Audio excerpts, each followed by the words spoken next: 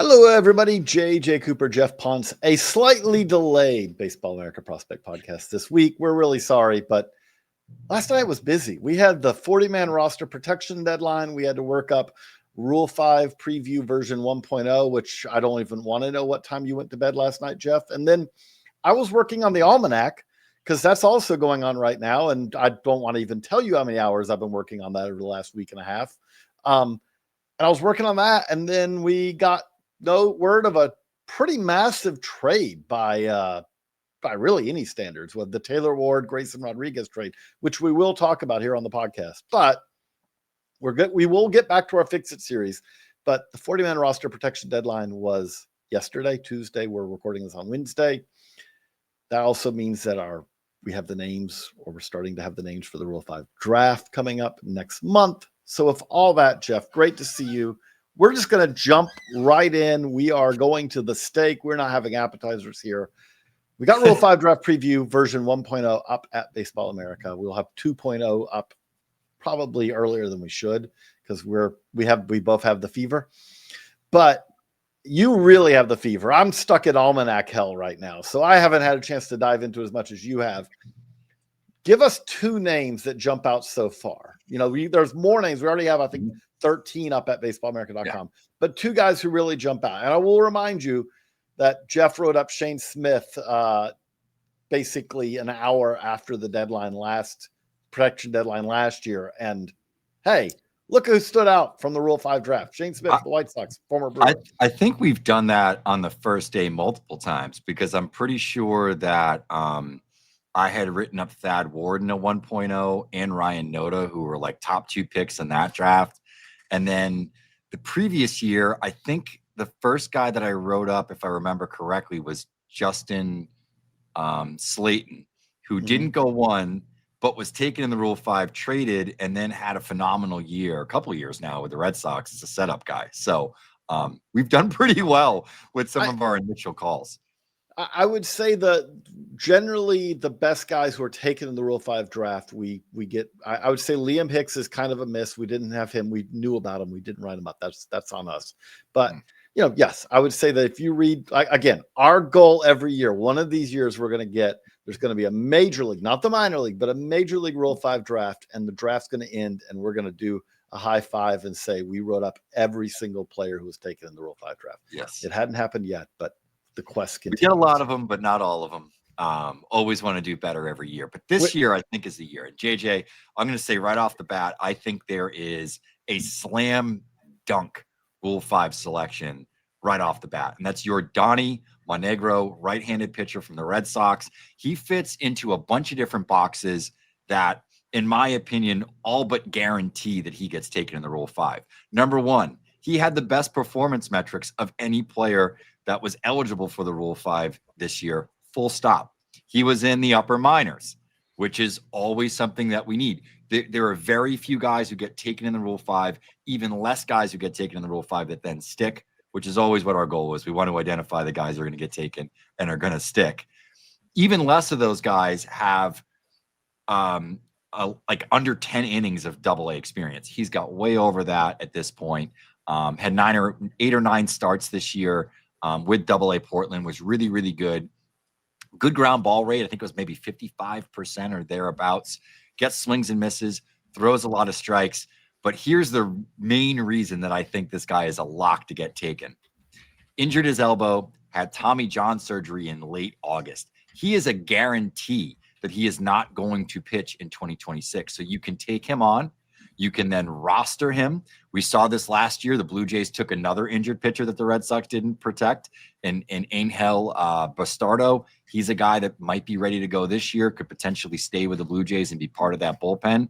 This is another similar situation where he had the surgery so late that you may actually have some time in the 2027 season to kind of slow roll him out, and then maybe by midseason have him up with the big league club. So they have sort of like a year and a half almost to sort of come up with a strategy to protect this guy, slow roll him through his rehab, and have him ready to go in 2027 when, he already was in the upper minors. Had he stayed healthy, I think there's a chance that this guy might have even pitched himself up to Boston by the end of the season with the way that they were, sort of promoting so many talented young pitchers in their upper minors. So I think he checks a lot of boxes. For me, I think he's like number one right now on my pref list. And we've talked about, we'll get into traits a little bit in a little while, but like he fits the injury as a trait. Although I will say the challenge of him to take him, I would say, is you have to be a team that's I would describe your 40-man roster as pretty open, right?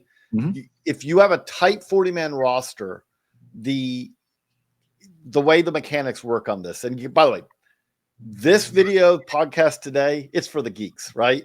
If you're looking for us, we're going to go in the weeds. Because we know that a lot of you want that. So we're going deep on this. Okay. Because I've talked to front offices about this. One of the challenges, though, like I would say the picture perfect injured player is to draft the pitcher who's going to miss the start of the season, but is ticketed to return in like May or June, right? So what that means is you don't have to worry about carrying them on the roster the full season because you cannot option a Major League Rule 5 pick to the minors. You do that, you have to place them on waivers. Anyone else can claim them. Then if that goes through waivers, you have to offer them back to the original team. So you can't do that. But at the same time, players on the injured list, they're on the injured list. That's not a problem. But you have to have 90 days active on the big league roster. So the ideal scenario is players not ready at the start of the season. You send them out on that month-long injury rehab stint, which, by the way, is additional minor league time, really. And you do that to get them ready. Then you carry them on the big league roster for 95 days, let's say. And then the next year, you have this optionable, talented young pitcher who is now just a part of your organization like anyone else. And he has options left. So if you want to use him as a reliever and he goes up and down and all that's great. The challenge of a guy like this is if you are going to miss the entirety of the 2026 season, you're still going to need those 90 days in 2027, but you are going to now be carried on the 40-man roster. During the season, it's not a problem. You get to a date in spring training, you put him on the 60-day IL. He stays on the 60-day IL for the entirety of the season. You can have that 40-man roster spot back.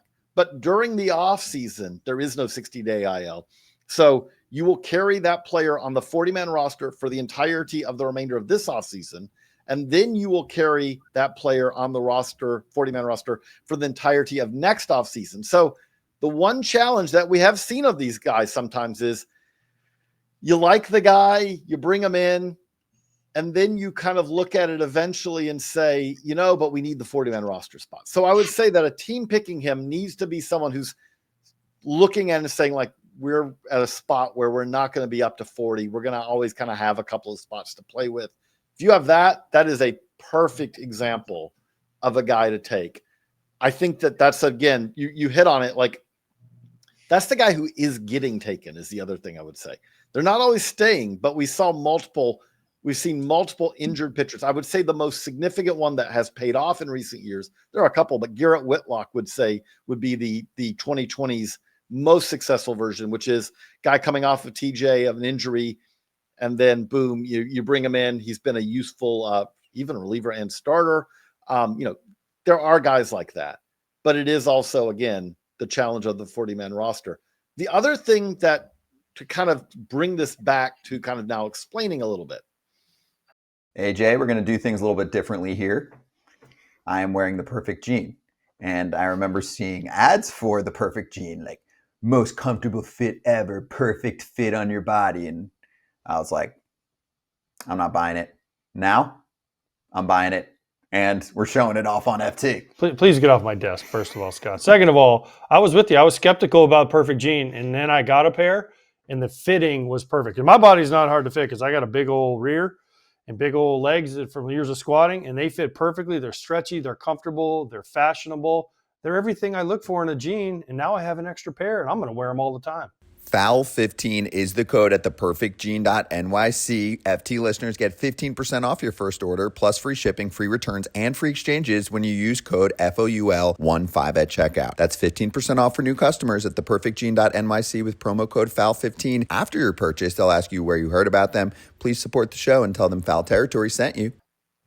So yesterday, as we record this, was the 40-man roster deadline. we're going in the weeds, but we also don't want to leave anyone behind who wants to come along for the ride. So to explain, yesterday was the day that any player who signed as an 18-year-old or younger on June 5th of the signing year, that's their age date. Like if you were 18 on June 5th or younger, you get 5 years if you're signed in season.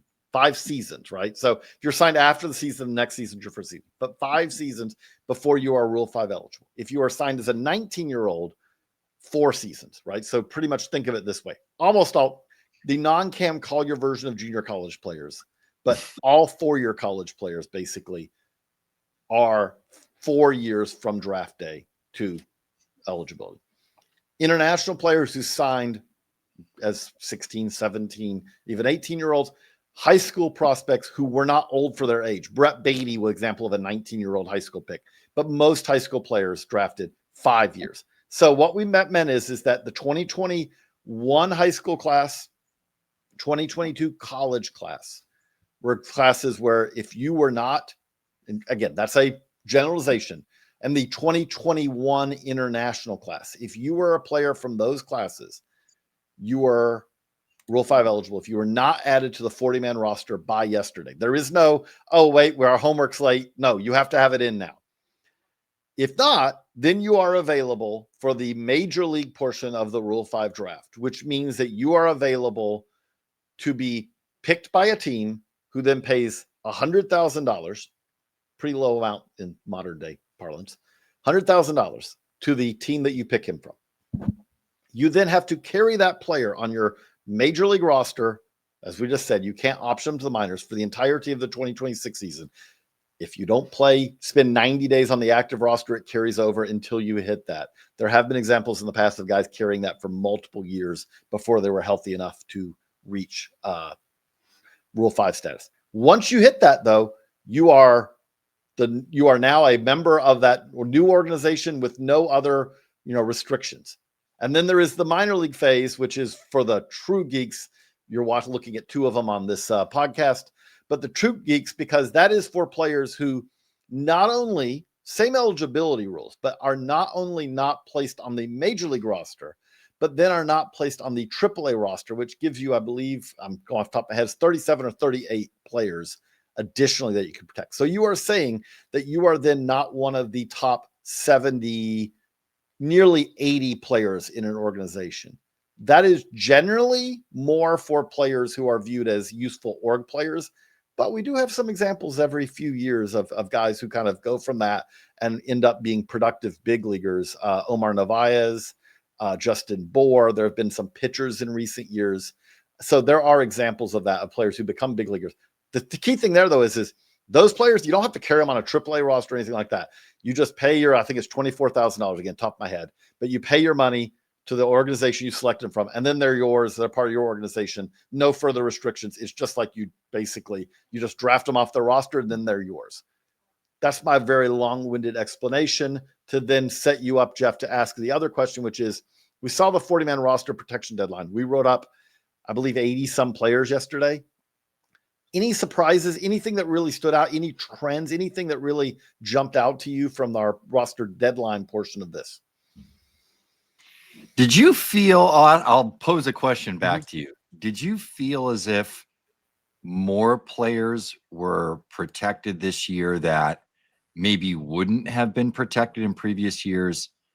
Particularly when I looked at pitchers, I felt like there were a lot of guys that I was like, I was kind of fringy on whether that guy would get added or not.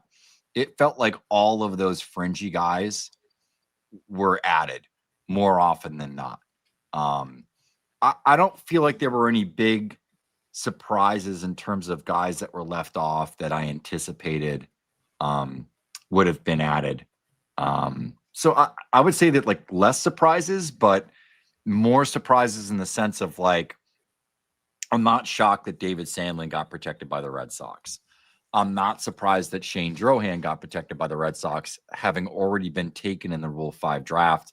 Another wrinkle here that I'll explain. Had he been left unprotected this year and then selected again, all of those roster requirements that you typically have with a Rule 5 pick go away.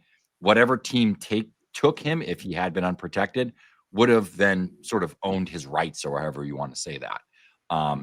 So he was somebody that I'm not shocked they protected, because he was good enough this year in AAA, had already been returned to them. They had an open roster spot, and gives them some upper minors pitching depth, whether that's as a long guy out of the pen or a spot starter. I was a little surprised that Tyler Uberstein was protected, considering he could have been, I think, a solid fill-in or a bullpen piece or a September call-up at the end of the year. They didn't do that. They did end up protecting him. I wrote a lot about his background, but beyond that, he has some really interesting traits. A really flat four-seam fastball that drove a ton of whiffs in AAA, had one of the highest four-seam fastball whiff rates throughout the minors. And just, an interesting kind of gritty kid. You can go and check out the story that I did a couple months ago on his journey to professional baseball. Really inspiring stuff. But outside of that, I think just looking at my teams, I wasn't very surprised by anybody that got added. But some of the fringe guys in other organizations, like Khalil Watson, who we had some questions, could they add him? Could they not? He had a bounce back year this year. He was added. I don't know if you feel the same way, but there were a lot of those fringe guys where I felt almost universally they were added, and there were a few more DFAs than I had remembered in previous years, maybe a couple less trades. I would agree with you. I think there's two things that we're seeing now. Like, I think the teams, I think at this point, we group piece by Ian Kundle over at Baseball America. We're going to talk a little bit more about traits and all. I think everyone kind of has an idea now, more of kind of an agreement on what kind of players are logical to get picked. We're not going to see anything like we used to see. Like, this was right when I started at Baseball America. There was a year where everyone looked at the Pirates protections and front offices around baseball were like, what are they doing? And it was like, and everyone was lining up to just take like Pirates players one after another at the top of the Rule 5 draft. You're not going to see something like that, because again, I feel like now, even when teams lose players, again, we're dealing with probabilities, right? So someone will say, yes, we're going to lose this player. They may get picked, but they might get offered back. There's a 70% chance we're going to see them picked, where there's a 30% chance that they're going to stick. And so they put them on the 40-man because they need the 40-man roster spot. Or I would say now, again, when we talk about this risk aversion of having players picked, I think everyone realizes that optionable up and down relievers are valuable. And so players who a decade ago, would be like, look, he's an up and down reliever. We're projecting him to throw 35 innings in the majors for us next year. Let's leave him unprotected. Those players do not get are protected now, almost without fail. The AAA, the guy who's going to be in your AAA bullpen to start the year, that guy, if he has options, is going to be protected, because everyone now knows those are the players that everyone in season is looking for. You have your closers, you have your high leverage relievers who everyone's like, it does not matter if Aroldis Chapman has options left or not. You're not optioning him. But every team in Major League Baseball wants some guys who are essentially they're the pawns on a chessboard, right? I hate to say it, but that's really what it is. It's like, we're going to send this wave in now, but now that we've survived that brutal road trip that we had, where we had a double header and we're gassed. Okay, you're going down, and now we're bringing the next guys up. Those guys get protected now, and a decade or 15 years ago, a lot of times they weren't. And a lot of times 10, 15 years ago, they weren't getting picked, because the guys getting picked, which teams have gotten a lot smarter about, were the A-ball pitchers who threw 100 and had no idea where it was going. And then that guy would show up to spring training. He'd hit the ball, he'd hit the backstop, he would never hit at the strike zone, and they get released. Those guys don't get drafted now. Those guys are like, nope, sounds great. Julian Fernandez, who was straight, he throws 102. Nope, that guy used to get picked. He doesn't get picked now. The guy who throws 93 to 95 but throws strikes and has a slider or has a splitter or has a cutter or some kind of pitch that will get you extension. Yes. I felt like the guys that we missed on over the last couple of years, and it's become a greater point of emphasis for me, is like if a guy has, outlier extension 6'8" or greater, those guys almost universally seem to at least be discussed by front offices. I would say when you say extension 6'8" or greater, I would even give a slight tweak to that. Take a pitcher's extension, subtract the height. Yeah, exactly. Right? Which is you why take a 6'7" pitcher and he has 6'8" extension. It's like, no big deal. Yeah. If you take a 5'11" pitcher with 6'8" extension, you're like, that guy's getting picked. I had two of them in the Rule 5 Volume 1 preview. And Hayden Mullins, who's a 6-footer, he's shorter than me, and I'm 6 feet, though my kids will argue with that. So he's not quite 6 feet, measured at like 6'6" extension on average on the fastball. Tyler Vogel's another 6-foot right-hander that has about 6'5", 6'6" extension on the fastball. So they were guys that I honed in immediately on, and there's others that are in my list of 2.0. We're going to keep going through them. But, so that's one thing. The other thing I would say, though, also is we saw position players, lower ceiling position players who could get picked, were protected in cases where I would say in some cases, like, okay, to give an example of a couple, Christian Franklin, who the Nationals protected. Christian Franklin has been written up on Rule 5 draft previews before. I thought he was going to get taken last year. Yeah. Right. But he's the Said I wasn't wrong. He should have been. But he's the embodiment, though, of the guy, the outfielder is on the AAA big league line, right? To be honest, if you take him, you are removing one of the pieces of value of Christian Franklin, which is those guys are most valuable if you can bring them up. They're part of the fire brigade as well. They sit in AAA. When you need them, you bring them up. When you don't need them, you send them down. You can't do that if you take him in the Rule 5 draft. But this year, again, the Nationals have added him to the 40, which means now he fits the more traditional role we just talked about, which is you can send him to AAA. He can spend the year in AAA and come up and down as you need him. Leo Balcazar, who the Reds protected. That one was, to me, a little bit of kind of a guy on the borderline. He can play shortstop, second base, third base. He's got AA time, so you could see him getting picked, but at the same time, he's not better at that role than a lot of major league veterans, I would say. In 2026, he's not going to be better in that role than a lot of veterans who you can probably sign to minor league deals with an invite to spring training and see what you get.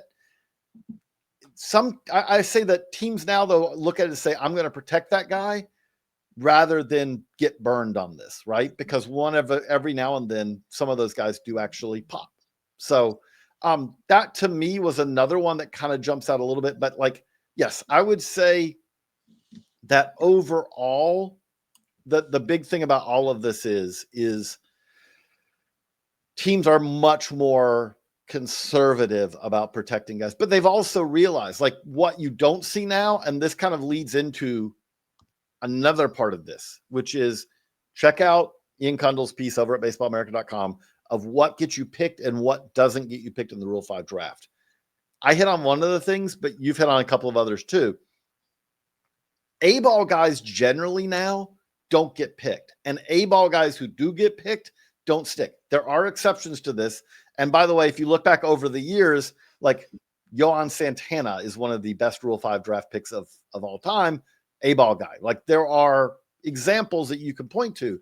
But now the pitcher with really good stuff who's yet to pitch above high A is less likely to get picked than the guy who was in AAA or AA last year with less stuff but more strikes, right? Like that's one of the key traits that stand out. But the thing that I probably that opened my eyes in it was, and it's going to be reflected in our Rule 5 preview this year. If we're doing our Rule 5 preview right, 80 to 85% of the names that we put in there are going to be pitchers, right? Mm-hmm. And that jumped out to me is how few position players get picked out. Yeah, so few. And I think the guys that do get picked, it's not the offensive upside. It's not the stuff that maybe gets them, videos shared on social media channels and gets them ranked in top 30 lists or on prospect lists that are fantasy slanted, that sort of thing. It's not those kind of guys. We saw, a Davison De Los Santos get picked and get returned and really hasn't been able to establish himself as a big leaguer since. I think more often than not, the position players that do get taken, they got to be plus defensive shortstops or middle infielders with versatility and the ability to play a variety of positions, or they have to be guys that you can count on to catch maybe 30% of your games. I think Liam Hicks was a miss last year for us because we kind of didn't think about the value of, catching, defense, and the ability to play multiple different positions at an average or so or fringe average level. I think those are the kind of guys position wise that get taken. It's not going to be the offensive upside, and it's a little bit harder for us to identify those guys programmatically because so much of defensive evaluation is kind of opinion based. You'll talk to people and get a 70 on one guy's glove and get a 60 or a 55 on another. So I think just being able to sort of establish that stuff a little bit harder. But those are the position guys that get taken, which is why you said 80 to 85% of the names we're going to put in there are probably going to be pitchers. I'm looking back at our preview from last year. The other thing that stands out is how many guys get unprotected one year because they're not ready and then get protected the next. To just give you a couple of examples. So Ryan Ward, who had a great year in AAA for the Dodgers, protected this year. Abby Ortiz, protected this year. We wrote him up last year. Christian Franklin, protected this year. We wrote him up last year. Reed Trimble, protected this year. We wrote him up last year. Brian Torres, protected this year. Wrote him up last year. You could just go down the list. I mean, that's not Riley Martin on the pitching side. Was Riley Martin from the Cubs another one too? Big lefty. Yep, Riley Martin was on there. Noah Murdoch. Again, other guys who, by the way, reached the majors this year and are on 40-mans because of that. Not just guys who were added at the deadline. Coleman Crowe added this year. It really does jump out. Hey, okay, I will strain myself patting ourselves on the back, but we were identifying the talent. Some of the guys who didn't get picked are guys who's okay, well, check back next year. That's one of the things that also stands out with this, right? Is these are guys who, again, everyone's kind of generally speaking, reading the same, book, right? They have the same definitions of this. And so there's a little bit less. There used to be an art to this. It used to be something where I would talk to people with teams 10, 15, 20 years ago and realize they're on such a different perspective. I remember telling a team that one of their players was going to get picked the next day. And they're like, he's not going to get picked. No one in this kind of category gets picked. He's getting picked. He's going 1-1 next day. And he did. He got picked the next day. Those kind of things back then happened. Now, when you do see a guy picked, a lot of times yeah, we knew that was a risk. Yeah, but we were willing to take it. The other thing that does stand out, though, and this is one of the other parts that I love about the Rule 5 draft. MLB teams love to push decisions down the road. They do. But when it comes to the Rule 5 draft, that's the day that you have to kind of publicly proclaim. You can say everything you want about your first round pick from 4 years ago or 5 years ago about how he had some rough times early on. He had this injury or whatever. This is the day that you have to basically say, we actually believe that or we don't. Because let us just be clear here.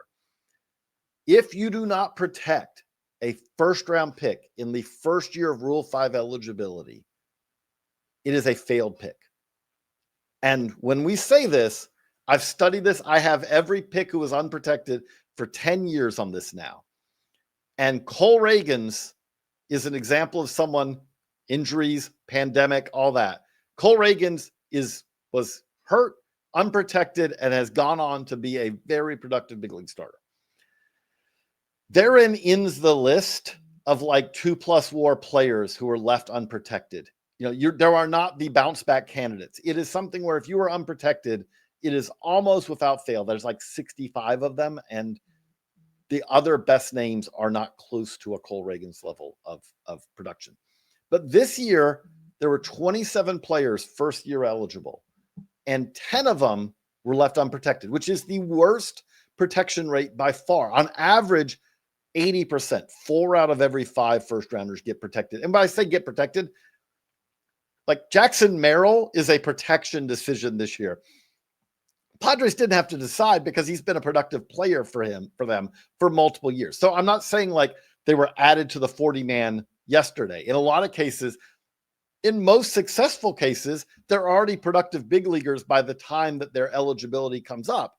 But it does really stand out. The other thing that really did jump out about it is his 10 first rounders left unprotected.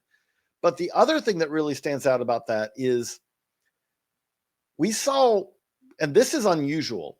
So Frank Mazzucato and Benny Montgomery were top 10 picks for 2021, and Jacob Berry and Gavin Cross were top 10 picks from 2022. High school guys of 21, college guys for 22, who were left unprotected. There had only been 7 top 10 picks left unprotected over the previous decade, and Kyler Murray's kind of only halfway counts because, yes, he was left unprotected. He was playing quarterback for the Arizona Cardinals at the time. There was not much risk that they were going to lose him because he had never played a game of professional baseball. Can he get taken this year? There's a chance there's been rumors he's coming back to baseball. So is there a chance he could get taken this year? I think that contract that he has probably works against him ever, so, but hey, it's Russell Wilson. Russell Wilson was taking the minor league phase multiple years in a row for this reason. Cause he was like, you just bring him into spring training. He comes in, whatever. But 10, and I think it also is worth noting, like the Royals had 2 top 10 picks, Mazzucato and Gavin Cross. That is something that you just really want to avoid ever doing.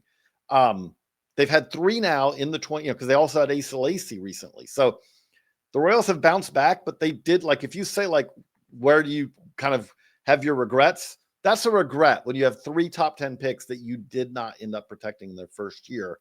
The flip side of that I did want to point out, story over at baseballamerica.com, but the Padres and the White Sox have both had 11 first round picks over that time and have protected all 11. There's 9 teams that have protected 100% of their first round picks, but they are the only ones who had that many first round picks and protected them. So before we move on to our Grayson Rodriguez trade analysis, the last thing I wanted to ask you is like, okay, you've kind of hit on this already somewhat, but is there any traits that we haven't hit on of guys? Like if you want to do your own scouting on the Rule 5 draft of what you want your team to take, are there any other aspects that people should look for that really do jump out? Yeah, I think, I had written an article on this a few years back. Ian kind of updated that and dug in on some other areas. But I think like his article kind of illustrates it pretty well, which is there's a certain level of like baseline production in the upper minors that more often than not, we'll say 80% of the players picked, particularly pitchers, kind of fall into this category.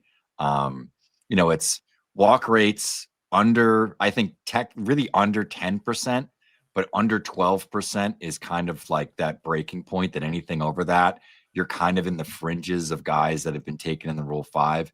If you do have a walk rate that's higher than 12%, you probably have to have a strikeout rate above 26%. Anybody that's been taken with a walk rate that high has had at least a strikeout rate of 26% or higher. Having both, being under that in terms of walk rates and being over that in terms of strikeout rates, I think are important. I think that ground ball rate is also important, particularly kind of above that 40% threshold.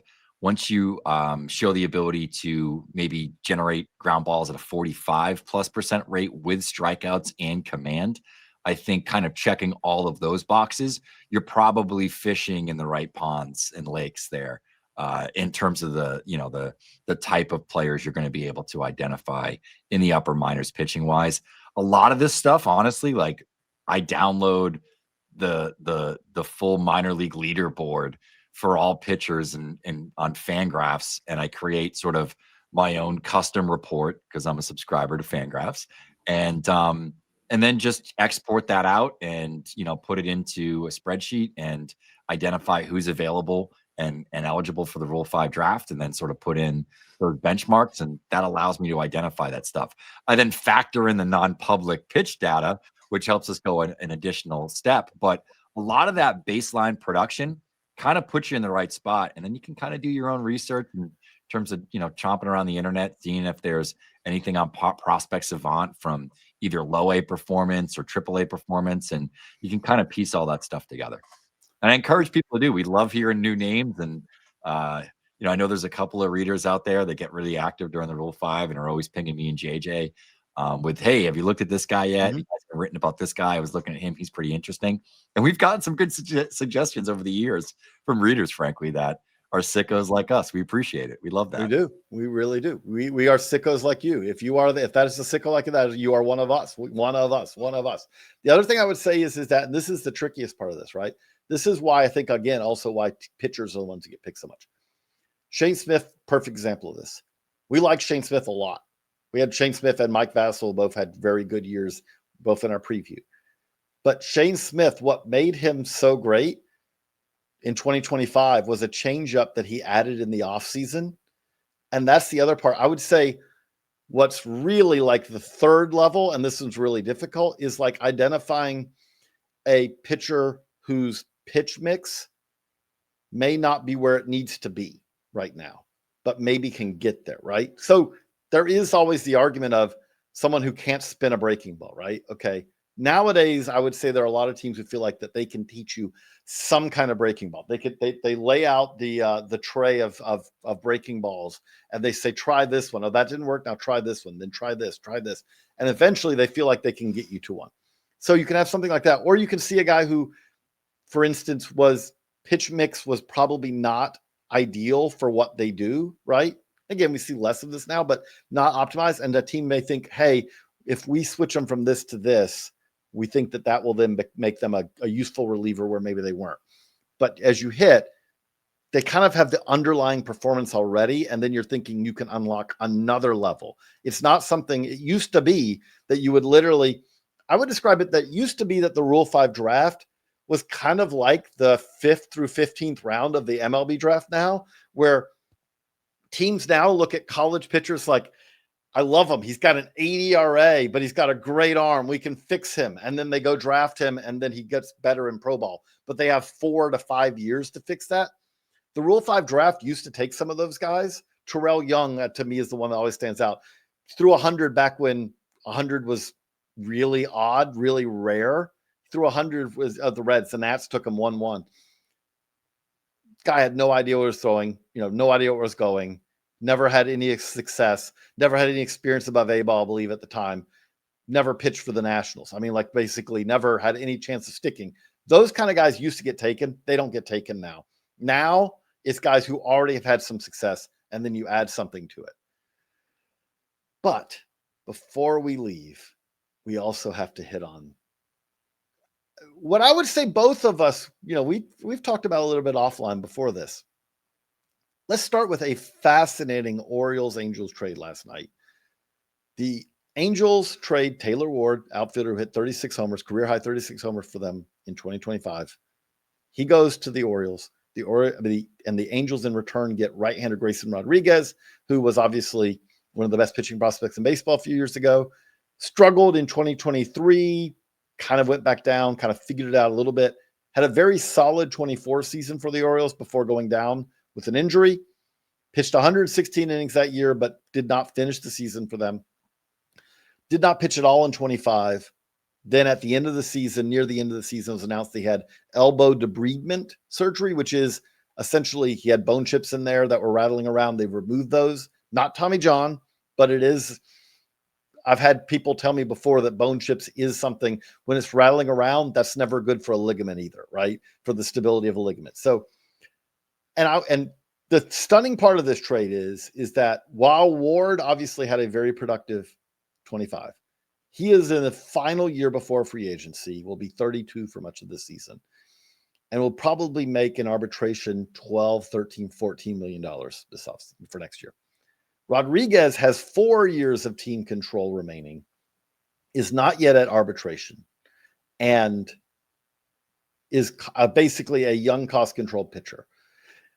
I'll just kick it to you, Geoff. Like I would say that the way that this makes, I struggled with the explanation of this, and I talked to people I know with different other teams, and they said, like, yeah, if you just look at this purely on the surface, cost-controlled young starting pitcher, even with injury risk, versus 1 year of a productive but not 5-WAR, 4-WAR outfielder, a productive slugger who was probably, if you're hoping for a 3-WAR season from, who's making money right now.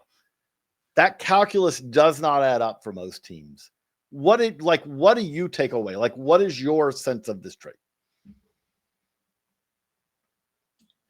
The feeling I get, with the teams involved, and I'll be honest, I've struggled to try to wrap my head around some of Baltimore's roster building over the last couple of years, where they had this golden generation of players. And let's just contrast it with the Blue Jays, who the run of that golden age, that young core that came up might have just ended with Bo Bichette probably walking this offseason. But they always, maybe things didn't work out. They constantly tried to supplement that group with good veterans. They spent a lot of money going out and getting maybe not frontline pitching. Gaussman probably falls into that category, but at least number 3 type of starters. And they had a lot of those guys still remaining. And we didn't see Berrios and some of these other in the playoffs because of injuries. The Orioles haven't done that. They tried to, for multiple years now, outside of that Corbin Burns deal, which they had for a year, they've tried to sort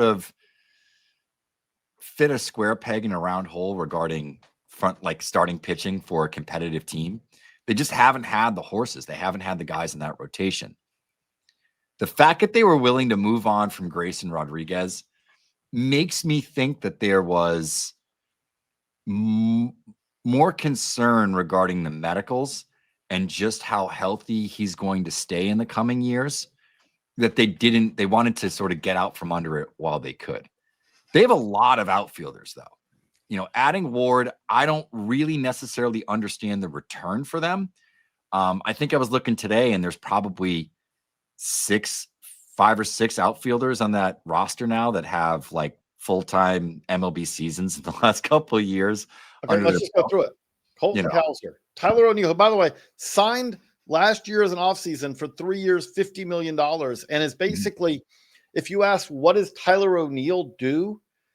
Tyler O'Neill, if you said, what is his closest production comp that you hope to get? It would be Taylor Ward. In their good years, they are right-handed power hitters, right? I'm not saying that there aren't distinctions between them, but they're 31-year-old right-handed power hitters who are making in the mid $13 to $15 million range. And they have him signed for next year as well. And if they try to trade him after a terrible 25 season, I should say, he will be a dump if they trade him. They will not get value for him in return. That will be, we'll take on your problem contract if you'll take on ours kind of thing. And then we've got, as you just went, Dylan Beavers. Then you've got Heston Kierstad. They got Jeremiah Jackson, who came up for them at the end of last year. Nice minor league minor league free agent pickup. They just signed Leody Taveras to a deal. They then have at AAA, they added Reed Trimble to their 40-man. They have Enrique Bradfield, and they have Judd Fabian, all slated to be at AAA. They have drafted 5 outfielders, the first outfielders in the first round since 2019. They've drafted another 11 in the top 100 picks. And by the way, Nate George, who's a little further away, but Nate George was one of their best draft picks recently. He was a high school outfielder who really blossomed in 2025. That's a lot of outfielders. Yeah, an absolute ton. So, I mean, it's a weird trade. I saw it hit last night as I was writing up some of these Rule 5 names, and I think you had actually just written it up. And yeah, I had trouble kind of wrapping my head around it, but I think the return for the Orioles is the most shocking thing. I'm not shocked that the Angels could be coerced into making a trade for an injured pitcher that may not be a good long-term investment, but has a sizzle kind of name. But there's a new pitching coach with the Angels that obviously has a pretty good track record too. Maybe he's going to be able to unlock some stuff with Grayson Rodriguez. It's going to be the best park Rodriguez has ever pitched in. In terms of run environment, that sort of thing. So I think there's some positives here for Rodriguez. It's just a matter of like, can this guy throw 150 innings in the season? It may not be next year, but in the coming years, and I think that's where the value is going to derive from.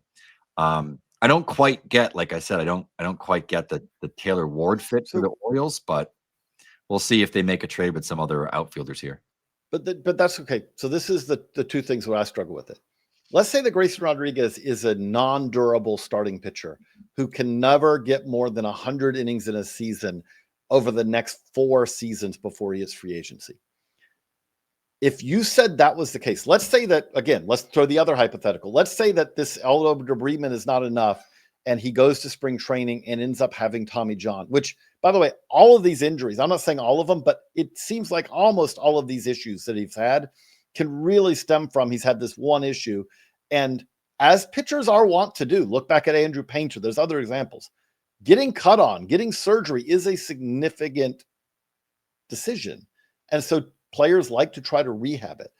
He's had multiple years of trying to rehab this, but let's say that he missed all of 26 and part of 27 and then came back and was more durable, right? So whatever way it is, whether he misses a full year over the next 4 or he misses parts of different seasons, if he averages 100 innings of what he did in 2024 pre-injury over the next 4, considering the salaries he's had, I think the Angels win the trade.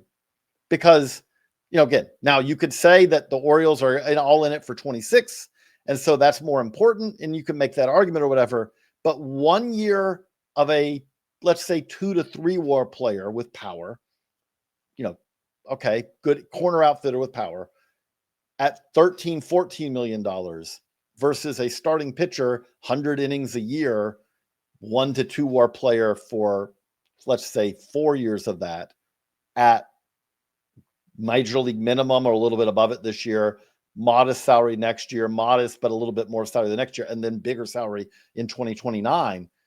Most teams would rather have the B there unless they are really going all in for next year, because cost-controlled young starting pitching, even if not durable, is very valuable to teams. It's a fascinating trade. We got more of it over at baseballamerica.com. We also have a top 10 prospects meeting that we have to go over tools, grades, and all. So it never stops here at BA. We love it. We love it. But for Geoff, I'm JJ. So long, everybody.